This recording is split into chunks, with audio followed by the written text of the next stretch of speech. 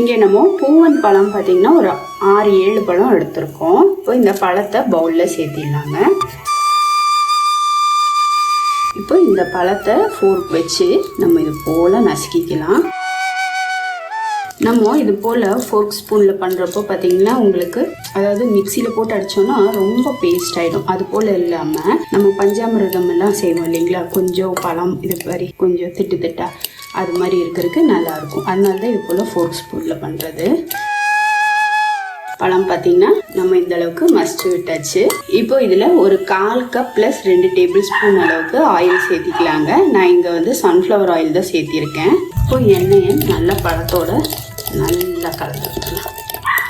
Brown sugar ஒரு 1/4 cup அளவுக்கு சேர்த்திடலாம்.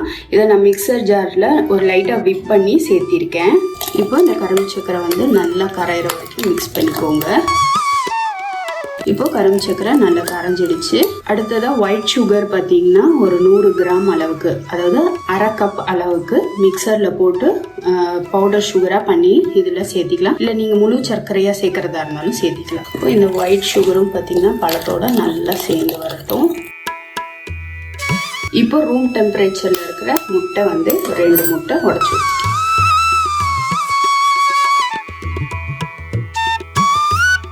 காய்ச்சி ஆற வச்ச பால் பார்த்தீங்கன்னா 125 ml 1/2 கப் அளவுக்கு சேர்த்திடலாம். சேர்த்து இதையும் நல்லா கலந்துடலாம். மைதா பார்த்தீங்கன்னா 1/2 கப் அளவுக்கு எடுத்திருக்கோம். இதோட பேக்கிங் பவுடர் பார்த்தீங்கன்னா 1 டீஸ்பூன் அளவுக்கு சேர்த்திடலாம். கூடவே பேக்கிங் சோடா பார்த்தீங்கன்னா அது 1 டீஸ்பூன் அளவுக்கு சேர்த்திடலாம். இப்போ இதை வந்து நம்ம இது போல் கட்டிகள் இல்லாமல் சளிச்சு விட்டுடலாம். இப்போ இது வந்து நம்ம நல்லா கலந்து விட்டுடலாம், மாவு கட்டி எதுவும் ஆகாமல்.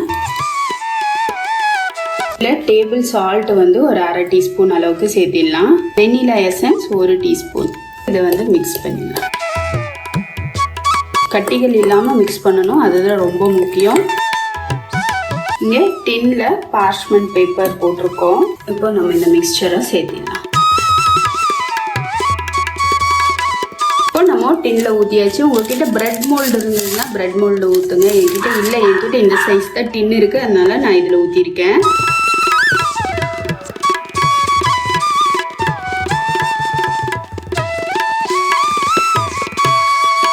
ஐம்பது நிமிஷம் வச்சுருக்கேன். இப்போ இதை டபுள் ராடு ஆன் பண்ணி 180 டிகிரியில் பார்த்தீங்கன்னா ஒரு 50 நிமிஷம் போல் வச்சுருக்கேன். அதுக்கு முன்னாடியே ஒரு 10 நிமிஷம் ப்ரீ ஹீட் பண்ணி தான் வச்சுருந்தேன். இப்போ நம்ம ஓப்பன் பண்ணி பார்க்கலாங்க. இப்போ நம்ம எடுத்துடலாம். இது ஆறட்டும்.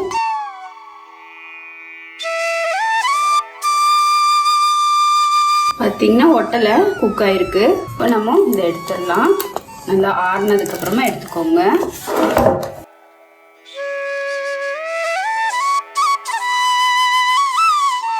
இப்போ நமக்கு தேவையான ஷேப்ல நம்ம கட் பண்ணிக்கலாங்க. சூப்பரான பனானா கேக் ரெடி ஆயிடுச்சு. பாருங்க எந்த அளவுக்கு ஸ்பாஞ்சா இருக்கு பாருங்க. நம்ம செய்த இந்த பனானா கேக் ரெசிபி உங்களுக்கு பிடிச்சிருந்தா லைக் பண்ணுங்க, ஷேர் பண்ணுங்க.